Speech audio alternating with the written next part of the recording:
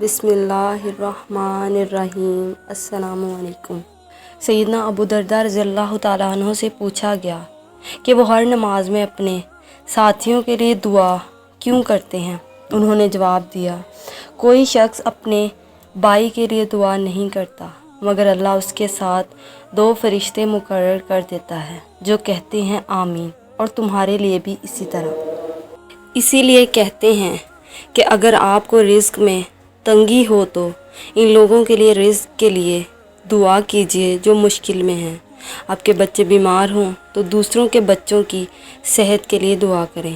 آپ کسی مشکل میں ہیں تو اس شخص کے لیے دعا کیجیے جو اسی قسم کی مشکل میں ہو، کیونکہ پھر وہی دعا فرشتے آپ کے لیے کریں گے اور آپ کی مشکل آسان ہو جائے گی۔